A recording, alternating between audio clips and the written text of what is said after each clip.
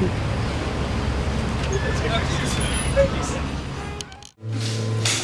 ever want to fly, girl? She says, show me how. I can take you there, second light to the right, straight to tomorrow. You're terrified, but don't you worry. I had been playing guitar for a while at that point, and there was a little place in my hometown called the Cubbyhole Coffee House. It's run by a wonderful songwriter by the name of Lee Brown, and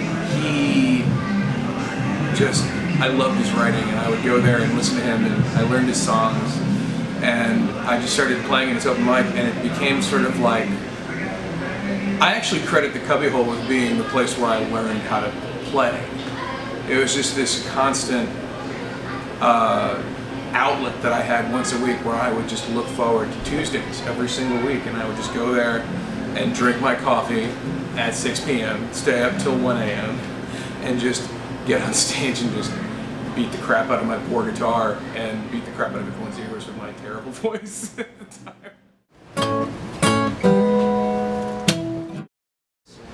Well, I used to play in a friend's band. I was in college, so we played our campus coffee shop's open mic, and that turned into playing as a duo with one of my friends, and then that turned into playing as a solo act. That same open mic, playing stuff I'd written, and then once I got out of college, just hit the ground running and tried to find as many open mics around as I could. So I decided to start playing at open mics basically just because I needed somewhere to get my music out there, and I didn't really know how to go about booking a gig. And I also had a lot of performance anxiety, so I figured an open mic night would be a pretty good place to start. I felt a strong urge to share my music with people. I started to do my first open mic because I've always loved playing music, and I got a band together and we decided to go out and perform. Found a cool place downtown and had a great time. Keep dreaming, boy, you got to do much better if you're gonna dance with me. First time I performed, that's a good question, and I'm surprised to say I honestly don't remember. I was just worried about getting through song start to song finish, and I actually don't remember what people thought. Sure, man, yeah, it was a basket case for probably a year, 2 years after the fact, man. I'm nervous about it for days on end, just deciding to do it. I was really nervous before my first open mic, actually. I remember I was with the singer in my old band, and we were standing outside. It was a chilly night, and this girl who was featuring at the bar that night walks up and she just says, "Are you two performers?" We say, "Yeah." And she just says, "Go in and sign up right now." And that was a pretty quick way to get over that. I was relatively nervous for my first performance, although I had friends to back me up, and that's sort of what helped me through my first performance.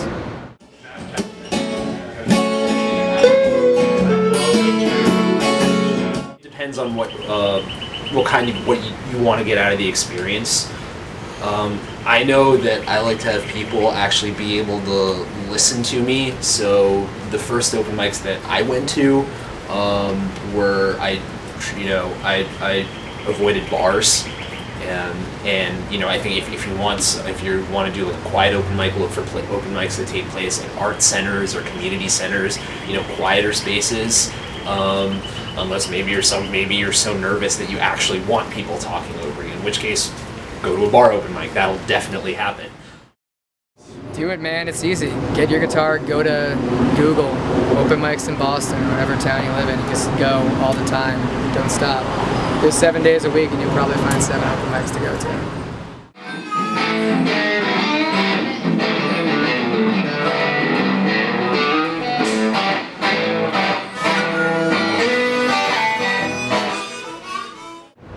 Good advice I would give to anybody who would be going on the first open mic would be to bring friends or bring family and bring people that support you, whether you're good, bad, or somewhere in between. I suppose there's the few things that really help me, I think everybody gets nervous at different points. I still have moments when I'm nervous, but the thing that's helped me a lot is just practicing playing in front of people, like continuing to go, and also just practicing my instrument and practicing songs and making sure I really know my voice and I know what I'm doing. So it's like the back of my hand. So I know I can play through nerves. The thing that actually really helped me a lot in performance was just in my day-to-day life.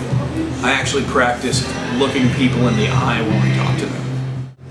I found that if you can practice that on just a person-to-person basis, then it translates well into your performance because you're not hiding anything anymore. I guess you kind of practice not hiding. Kind of depends on whatever helps you feel a little bit less nervous before you get up on stage. But I would say just some common sense prepared stuff. Make sure if you play guitar, obviously make sure you got everything you need, your picks, your capo, make sure you're in tune and ready to go. If you're bringing your if you're bringing like a keyboard or something, make sure you have everything you need there. Make sure if you're scoping out a new venue and you can't bring a keyboard, make sure the venue has one.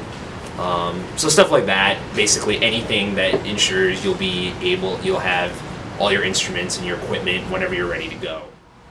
My advice for somebody at their first night at an open mic would probably be, first off, introduce yourself to the host. That'll help you immensely, because you want to be comfortable with everyone there. Second, play music that you love. Get there early to get a good slot. Not too early, not too late. I'd say invite your friends who are a bit more comfortable. You can have a bit more fun. And if you mess up on stage, don't worry about it. It's an open mic. You're not playing Madison Square Garden. It's just for fun. I believe, I believe, I believe in you. I believe, I believe, I believe in you. And I believe, I believe, I believe in you.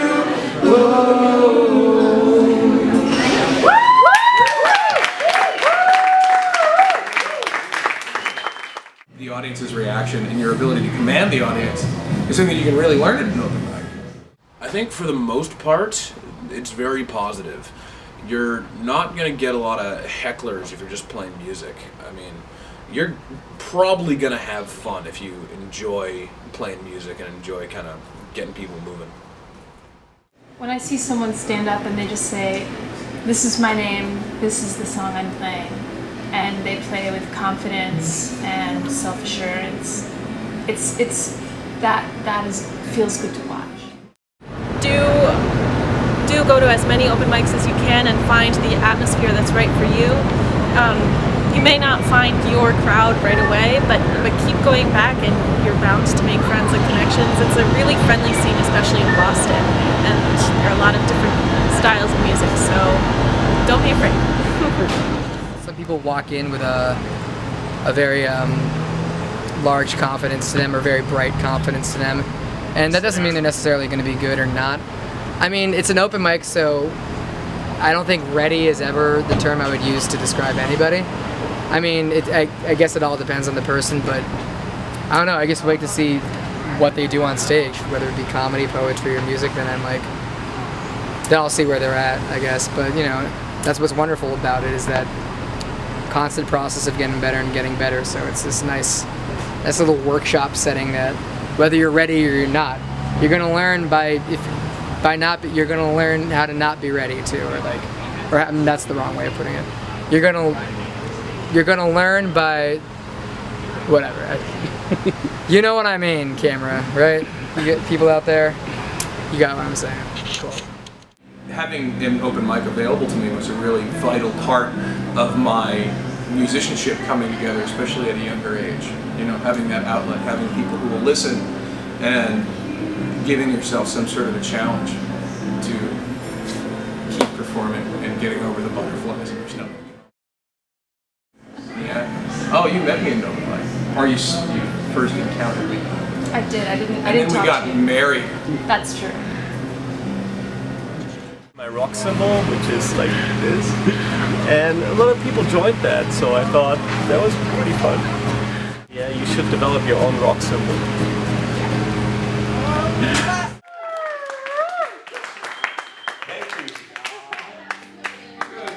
So there's also a unicorn rock love song called Matching to the Symbol Number 1.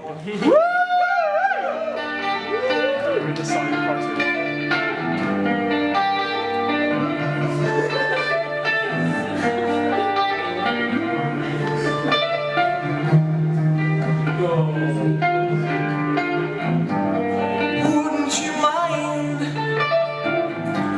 if I lay on you like you are mine? And I promise that it wouldn't hurt you all the time. I wish it was Saturday and we would drive another way back to where we used to stay, at least like New Year's Day. One thing I need from you, it's time to steal. Don't want to lose the trip I feel when it's 6:14 in the morning and I'm tired, love, drunk and boring. With all your rainbows gone, you're still the one I want, 'cause you are my number 1. That has been the 6 Bean Lounge Open Mic with George Woods. My name is George Woods. Heather Woods, my trusted companion, helping me rock everything out for the evening.